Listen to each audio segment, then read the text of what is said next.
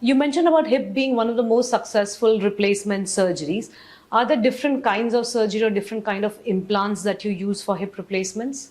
Yeah, so people often ask me what I'm going to use as an implant. One should remember that currently most manufacturers are making implants that should last a long time. And there are two basic types of hip replacements, cemented and uncemented.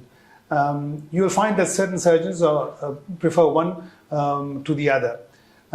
My preference generally is for young people, I tend to use an uncemented hip, and for older people, I tend to use a cemented hip.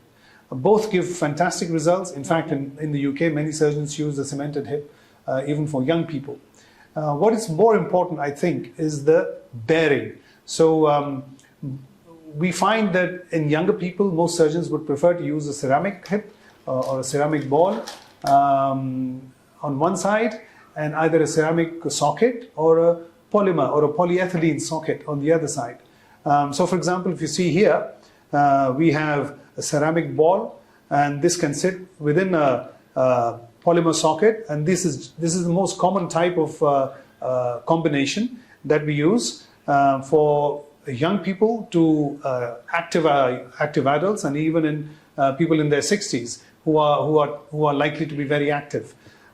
In older people, we tend to use a cemented hip, and this is a cemented hip with instead of a ceramic ball, we use a metallic ball, and this metallic ball can again sit within a polymer socket or a polyethylene socket, and even these are giving fantastic results in the long run. It's only in the laboratory that we see a bit of a difference in the wear rate. So what we worry about is wearing of the polymer.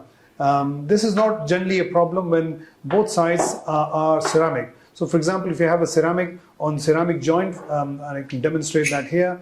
If you have a ceramic on ceramic joint, it's called a hard-on-hard bearing, and this is the kind of combination. It's extremely smooth with a very low friction, and these should, in theory, last a lifetime.